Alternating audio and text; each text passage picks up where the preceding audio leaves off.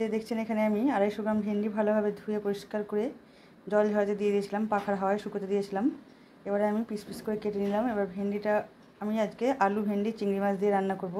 তো চলুন রান্নাটা আমি কিভাবে করি আপনারা দেখতে থাকুন। এখানে আমি রান্নাটা করার জন্য আদা কাঁচা লঙ্কা বেটে রেখেছি। এর মধ্যে আমি দিয়ে দিচ্ছি 1 চামচ ধনে গুঁড়ো, 1/2 চামচ জিরে গুঁড়ো, আর দিয়ে দিচ্ছি 1/2 চামচ গরম মশলার গুঁড়ো, আর দিচ্ছি 1/2 চামচ হলুদ গুঁড়ো, আর আমি কাশ্মীরি লঙ্কার গুঁড়োও দেবো এর মধ্যে একটুখানি। আর এই যে আমি কালারের জন্য একটুখানি কাশ্মীরি লঙ্কার গুঁড়ো দিয়ে দিলাম, আর ঝালের জন্য আমি কাঁচা লঙ্কা বেটে দিয়েছি।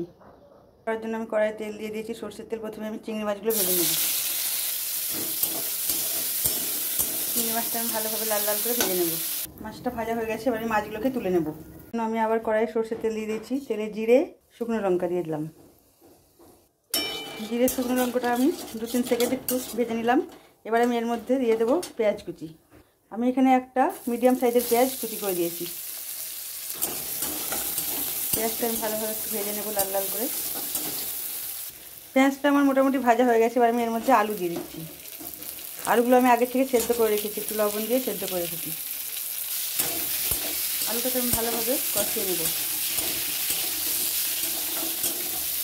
আলুগুলো আমার মোটামুটি কষানো হয়ে গেছে। এবার আমি কেটে রাখা ভেন্ডিগুলো দিয়ে দিলাম।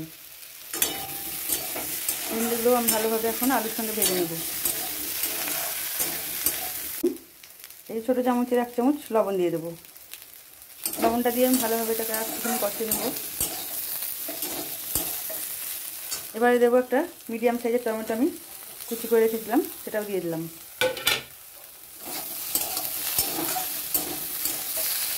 আলু ভেন্ডি বেশ ভাজা ভাজাভাবে কষানো হয়ে গেছে। এবার আমি মশলাটা দিয়ে দিলাম। এখন আমি মশলা বাটির দিয়ে একটু জল দিয়ে দিলাম। সবজিটা আমি এখন কষাতে থাকবো যতক্ষণ না মশলার কাঁচা গন্ধটা চলে যায়, ততক্ষণ অবধি। এখন দেখুন কত সুন্দর কালার চলে এসছে। এখন আমি ভেজে রাখা চিংড়ি মাছগুলোও দিয়ে দিলাম। দেখুন এবার সবগুলো একসঙ্গে ভালোভাবে কষিয়ে নেব। তরকারি কষানো হয়ে গেছে। এবার আমি জল দিয়ে দিচ্ছি পরিমাণ মতো।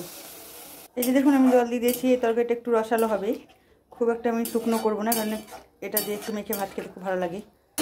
চিংড়ি মাছ দিয়ে ভেন্ডি করলে খুব দুর্দান্ত লাগে খেতে, একবার করে খেয়ে দেখবেন। তো যাই হোক, আপনারা একবার করে খেয়ে দেখবেন, আর অবশ্যই আমাকে একবার কমেন্টে জানাবেন কেমন হয়েছে। আমার তো খুবই ভালো লাগে। হয়ে গেছে। সবশেষে আমি আমার বাড়ির তৈরি 1 চামচ ভাজা মশলা দিয়ে দিলাম। এই মশলাটা এত টেস্টি, যে কোনো তরকারিতে দিলে একটুখানি 1 চামচ দিলেই বা ছোটো চামচের 1 চামচ দিলে এর টেস্ট দ্বিগুণ বেড়ে যায়। তো বন্ধুরা, আজকে তো আমার এই রেসিপিটি, এই রান্নাটি হয়ে গেছে। তো আমি এখন গ্যাস অফ করে দিচ্ছি। গ্যাস অফ করে আমি এখন 2-3 মিনিট এটা ঢাকা দিয়ে রেখে দেবো। আমার প্রায় 3 মিনিট হয়ে গেছে। আমি ঢাকাটা খুলে দিলাম। দেখুন কত সুন্দর কালার এসছে, কত স্পাইসি। তো বন্ধুরা, আপনারা তো দেখলেন প্রথম থেকে শেষ অবধি। তো এইভাবে রান্না করে খাবেন। আর আমার এই রেসিপিটি যদি ভালো লেগে থাকে তো আমার ইউটিউব চ্যানেল সাবস্ক্রাইব আর ফেসবুক পেজটি ফলো করে দেবেন। লাইক শেয়ার করতে ভুলবেন না। আপনারা ভালো থাকবেন, সুস্থ থাকবেন। আসতে হবে এটুকুই।